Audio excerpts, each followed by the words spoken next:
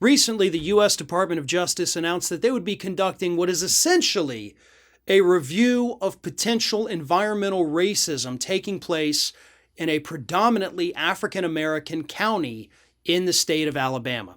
The county is Lowndes County. 26% of the people in that county live in poverty. And what's been happening for years is they've had a massive wastewater problem. They've had sewage problems coming up out of the ground. They've had sewage dumped. They've had other wastewater essentially dumped in that area. And so the Department of Justice, after noticing a disturbing trend of people in the area getting sick, and of course having ridiculously high amounts of parasitic infections, especially hookworms, they finally decided they needed to look in to what was happening to the people in this county. And of course, they're doing it via the Civil Rights Division, which does lead us to believe that the DOJ believes this is another case of environmental racism.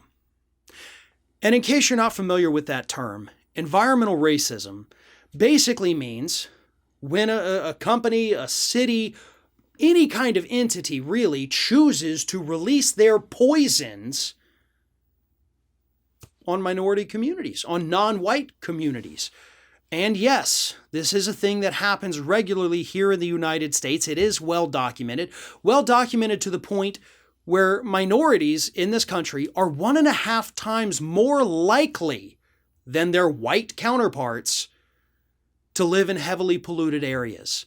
And it's not because they're choosing to go live in heavily polluted areas. It's because that's where the pollution tends to be dumped. And I have to say something about this because this always reminds me of a video I did many years ago where I talked about environmental racism because the statistics back it up. It is a proven thing here in the United States. I had an angry person reach out to me and say, how dare you? How dare you downplay the fact that white people get poisoned by these corporations too? Which one was weird to me because I didn't downplay that at all. I just pointed out that people of color are far more likely to be the recipients of the pollution. The numbers don't lie. The numbers back that up. As I said, 1.5 times more likely.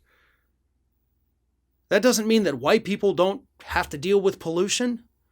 And honestly, that comment sticks out with me just for how ridiculous it was, how stupid it was, really. And I'm sorry if the person who sent me that, I don't know your name, but if you're still watching videos today, God bless you. But at the same time, that was a stupid comment. Because the numbers are there, the facts are there. The DOJ has a division that actually looks into these kinds of things because it is so common here in the United States.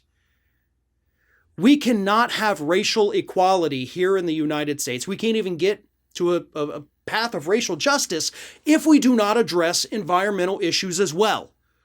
Because that is a major factor in systemic racism here in the United States, and the numbers back it up, and the DOJ is finally, it looks like, starting to take this issue a little more seriously.